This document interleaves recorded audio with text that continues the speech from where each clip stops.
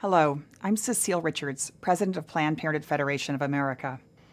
I want to be really clear.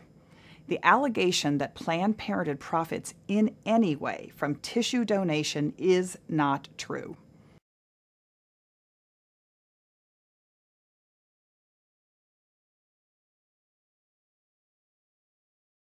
What would you expect for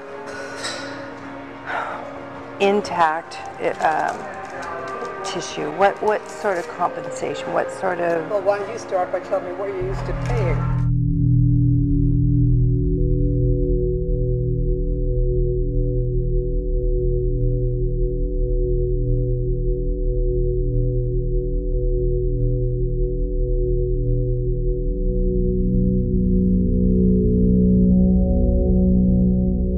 We'll be exhibiting at the Medical Directors Council meeting in a couple of weeks, so I don't know if you'll be attending. I'm now the president of that organization. Oh.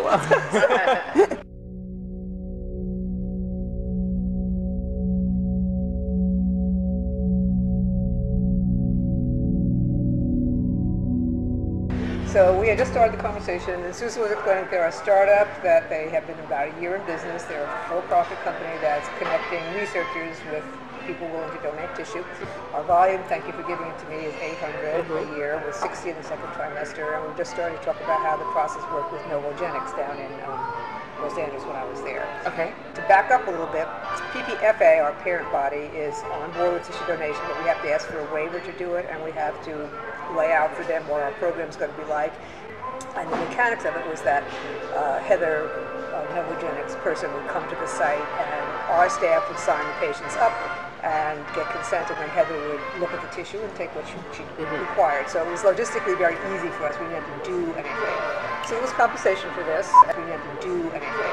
So it was compensation for this, and there was a discussion as I was leaving. They had been paying by the case, and there was some discussion about doing it in a different way, or I don't know what you're used to doing, how are you used to doing compensation.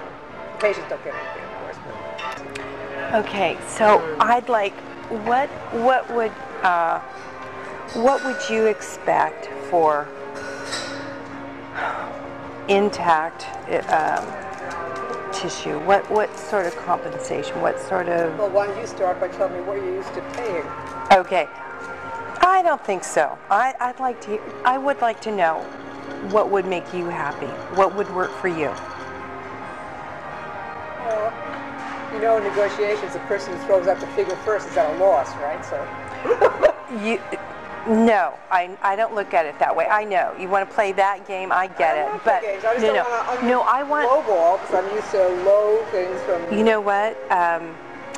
If you lowball, I'll act pleasantly surprised, and you'll know it's a lowball. Okay. What I want to know is what would work for you.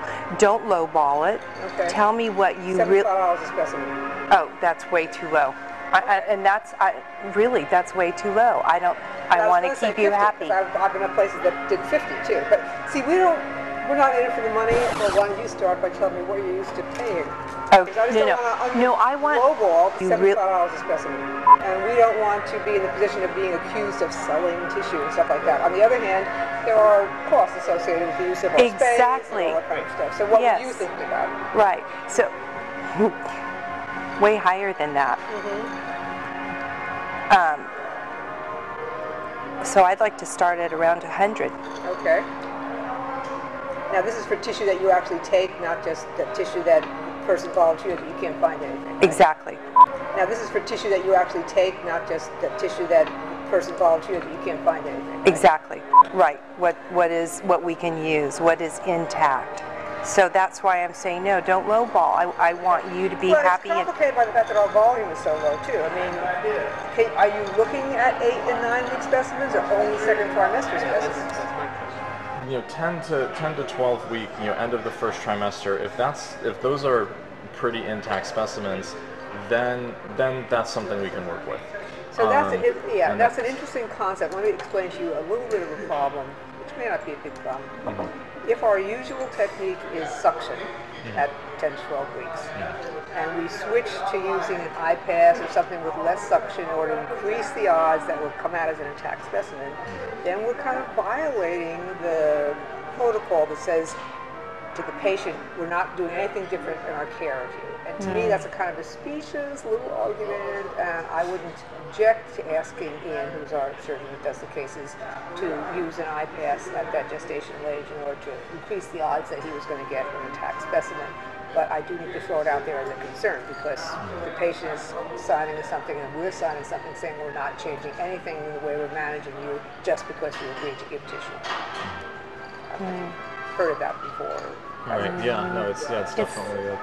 It's touchy. Okay. How do you feel about that? Well, I think they're both totally appropriate techniques. There's no additional pain involved. I don't think the patients would care one iota. So I'm not making a fuss about that. Okay. Now you have my email address, I right? got your email, yeah. Okay. Write me a 3 or 4 paragraph proposal, which I will then take to Laurel and others in our organization to see if we want to pursue this. And then if we want to pursue this mutually, I'll mention this to Ian in terms of how he feels about using a less crunchy technique to get more whole specimens. And then if we agree to move forward, the next steps I need to apply to PPFA for a waiver to permit us to do this. We have to have a contract. Do you have a contract already? We have what we've used in the past is a materials transfer agreement. And that's obviously open to discussion. So that's a prototype. It needs to say exactly what your staff is going to do, exactly what your expectations are, exactly what the compensation is. And are we agreed that $100 would keep you happy?